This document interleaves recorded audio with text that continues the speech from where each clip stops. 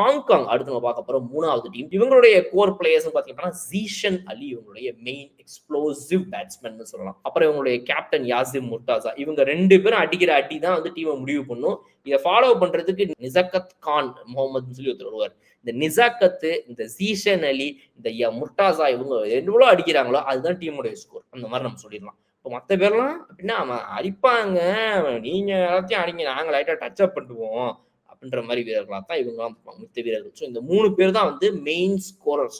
இவங்க ஒரு 30-40 ரன் ஆளாளுக்கு அடிச்சாங்கன்னா ஒரு 120 ரன் வரும். அப்புறம் 145 ஆல் அவுட் ஆயிடுவாங்க. அந்த ஒரு பிரச்சனை இந்த டீம்ல இருக்குது. இதுல ஆயுஷ் சுக்லா அப்படின்னு ஒருத்தர் இருக்கிறார்.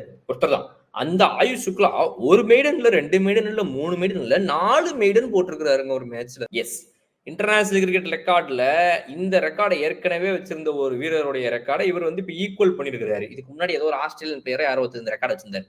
அவரை மாதிரியே இவரும் வந்து இப்ப ஒரே மேட்ச்ல 4 ஓவரையும் மெய்டனா போட்டு ஒரு சாதனையை படைச்ச ஒரு ஸ்பின்னர் இவர். இப்படிப்பட்ட இந்த ஆயுஷ் சுக்லாம் ஒரு டேஞ்சரஸ் பர்சன் ஃப்ரம் ஹாங்காங்கிறத நம்ம ஞாபகம் வச்சுக்கோம். ஸோ இவங்களுடைய இந்த பவுலர்ஸ் லிஸ்ட்ல வந்து முகமது வாஹித் அப்படின்ற ஒரு பவுலர் இவங்க கிட்ட இருக்காங்க. அவரும் ஒரு நல்ல ஸ்டார் பவுலர், சூப்பரா போடக்கூடியவர். ஸோ இதுதான் வந்து ஹாங்காங்குடைய ஸ்குவாட் அனாலிசிஸ்.